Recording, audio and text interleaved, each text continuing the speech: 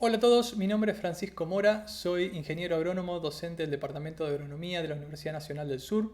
Soy representante del CERSOS ante la RACME, la Red de Cannabis y sus usos medicinales del CONICET.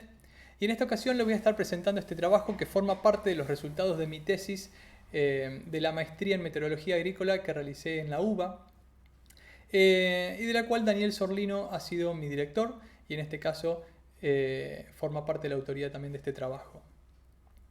Para dar un contexto, sobre todo por ser una planta de la cual no se tiene mucha historia en este país, vale la pena comentar de que esta planta es originaria del centro de Asia, de una región denominada Hindu Kush, que alberga los actuales países de Pakistán, Afganistán, Nepal, el norte de la India, el sur de China, Bután, Bangladesh, Myanmar, entre otros, una región semiárida con unas precipitaciones anuales que rondan entre los 300 a 600 milímetros anuales.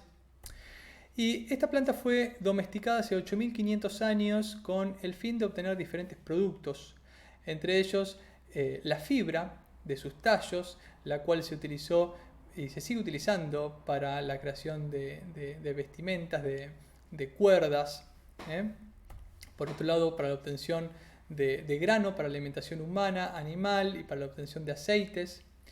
Y por otro lado, para la obtención de resinas con su cualidad psicoactiva, la cual fue utilizada durante muchísimos años por muchísimas civilizaciones para ritos espirituales y ceremonias religiosas. Si bien la primera mención de su cualidad medicinal o terapéutica se hizo hace casi 6000 años por el emperador rojo Zhenong en la actual China, donde se describía el cannabis como una planta que funcionaba o sea bien para dolores, para reumatismo, para la malaria, para la gota. Recién a mediados del siglo pasado fue que llegó a Occidente esta planta con una mirada en lo medicinal, en lo terapéutico. Se puede citar como el inicio quizás de las investigaciones occidentales de esta planta bajo la perspectiva medicinal, los trabajos de Mechoulam que descubriera o identificara el THC en 1964.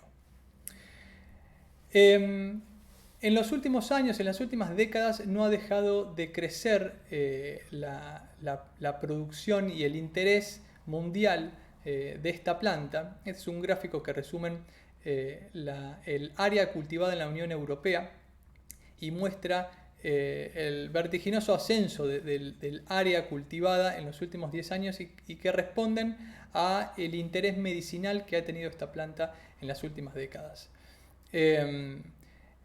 Paralelo a esto se puede citar el ejemplo también de Estados Unidos, que tiene 33 de sus 50 estados que han legalizado la industria del cannabis medicinal, creando en el presente año alrededor de 280.000 puestos de trabajo y a la espera de un volumen de ventas de 40.000 millones de dólares para el año que viene.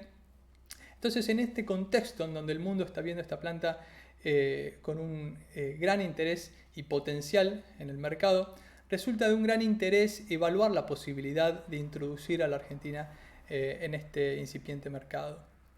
Es por eso que el objetivo de esta tesis, de este trabajo, en realidad, fue determinar la aptitud agroclimática del territorio argentino para el cultivo de cannabis, bajo la hipótesis de que la información global existente es suficiente para establecer zonas agroclimáticamente aptas para la producción de cáñamo con ciclos que terminen en plena floración. Esto es importante notarlo porque es ilegal hacer diferentes pruebas de cultivo hoy por hoy en Argentina, al día de la fecha.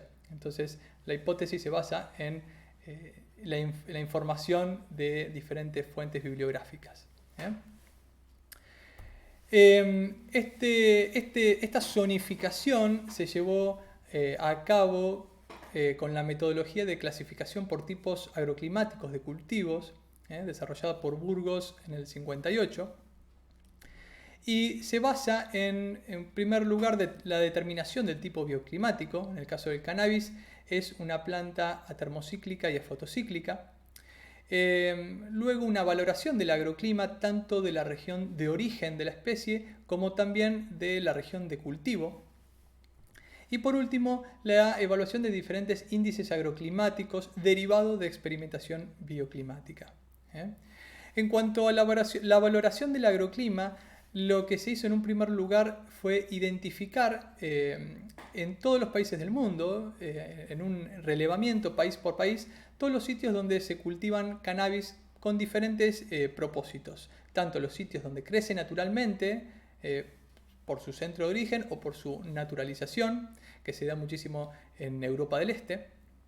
Sitios donde se lo cultiva por cuestiones culturales y ancestrales, sitios donde se lo cultiva con fines industriales, medicinales y científicos, y también sitios donde se lo cultiva con fines ilícitos, porque aquí lo importante es hacer un relevamiento climático, digamos, de dónde se da y dónde prospera el cannabis.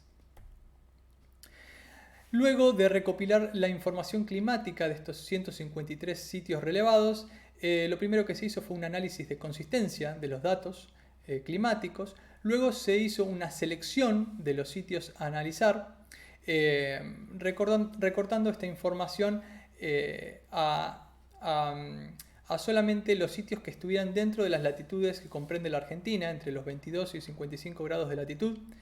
De esta manera dejando de lado los sitios donde se cultiva en latitudes más altas que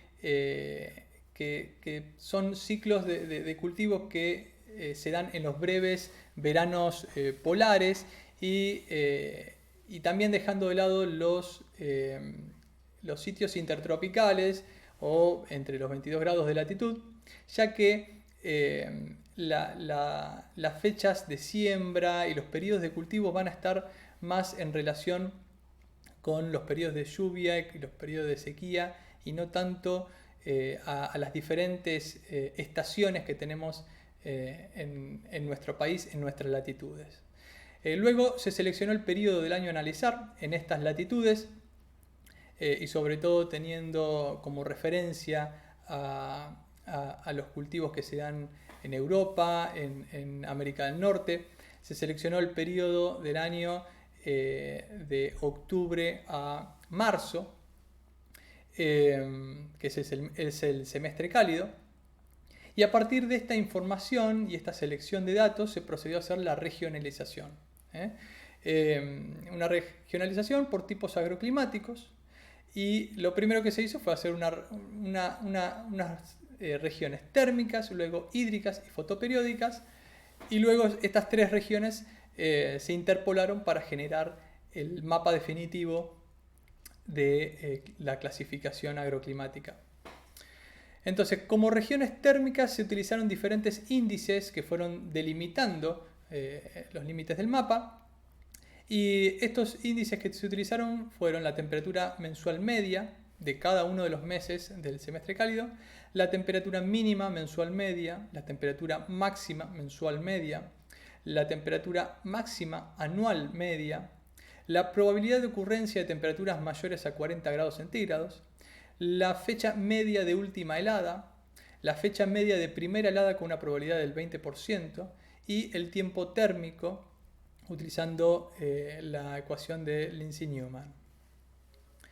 En cuanto a las regiones hídricas, se evaluó la precipitación mensual media, el balance hidrológico climático, la evapotranspiración máxima mensual media, que es la evapotranspiración potencial por el coeficiente de cultivo, el cual fue analizado mes a mes y según el estadio fenológico correspondiente. El índice de satisfacción hídrica, que fue un índice creado para la ocasión, en el cual se evaluó cuánto de esta evapotranspiración máxima mensual media es satisfecha por las precipitaciones mensuales. Y por último, se evaluó la distribución del índice de satisfacción hídrica, ya que el cannabis tiene diferentes sensibilidades al estrés y requiere una mayor satisfacción hídrica en los periodos vegetativos y no tanto en el periodo reproductivo. Y por último, se evaluaron también las regiones fotoperiódicas, analizando el fotoperiodo diario entre los 25 y los 55 grados de latitud.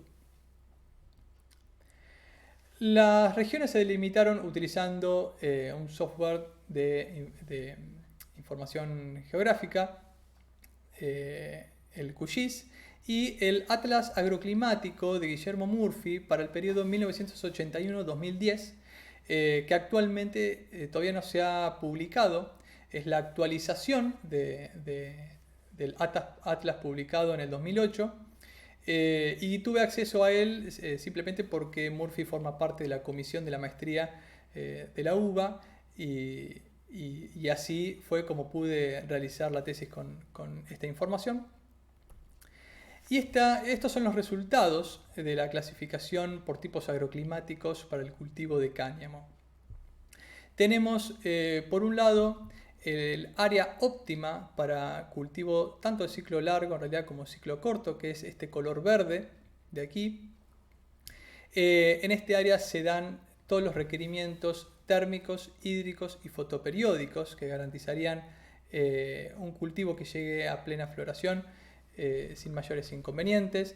Luego tenemos un área óptima, que es esta de aquí arriba, ese es el azul con un entramado, en el cual se dan también todos los requerimientos térmicos e hídricos, pero en cuanto al fotoperíodo estamos en latitudes que por el corto fotoperíodo que tienen estos sitios en el semestre cálido, harían que el desarrollo de cannabis se acelerara demasiado. Entonces son lugares donde se podría cultivar cannabis de ciclo corto. Luego tenemos un área óptima para ciclo corto, que es un área donde se dan las condiciones térmicas e hídricas y fotoperiódicas para ciclo corto, no así para ciclo largo, que no estarían dando las condiciones hídricas. Luego tenemos un área apta para ciclo largo, en donde la primer limitante que surge son las precipitaciones. Entonces este área podría ser también considerado óptimo en un sistema más intensivo donde se contemple el riego. Luego tenemos un área apta también para ciclo corto. En este caso no solamente hace falta riego porque no dan las precipitaciones para garantizar el ciclo de cultivo, sino también que por la latitud en que se encuentra este área apta, se van a dar ciclos de cultivo corto, porque el desarrollo que está ligado al fotoperíodo se va a ver acelerado por el corto fotoperíodo que hay en el semestre cálido en estas latitudes. Luego tenemos un área marginal de ciclo corto donde si bien las temperaturas garantizan un buen desarrollo del cultivo de ciclo corto, no así de ciclo largo, porque se estaría exponiendo la floración a las primeras heladas otoñales. En este área también estaríamos bajo la necesidad de cultivar en un sistema bajo riego. Y por último, el área marginal, que comprende estas regiones de Chubut y Santa Cruz, que si bien se dan las temperaturas para un ciclo corto, el fotoperíodo ya es extremadamente largo en estas latitudes tan altas, y este fotoperíodo haría que el desarrollo se retrase y que el ciclo se haga demasiado largo, exponiendo al cultivo a las primeras heladas otoñales. Entonces, en este área marginal, lo que se podría realizar bajo riego sería el cultivo de variedades de cannabis insensibles al fotoperíodo, que son variedades que cumplen su ciclo en un periodo alrededor de 3 meses, de 2 a 3 meses. Entonces, estos son los resultados de la tesis. Entonces, a partir de los conocimientos y avances científicos actuales, recopilando la información climática y bibliográfica, trabajando con software estadísticos y sistemas de información geográfica, fue posible establecer en la Argentina zonas agroclimáticamente aptas para la producción de cáñamo con ciclos que terminen en plena floración. Y el presente trabajo resulta una herramienta útil para la aplicación de futuras leyes que regulen su producción con fines medicinales o industriales y la propicien en zonas adecuadas para la optimización de la expresión genotipo ambiente. Muchísimas gracias.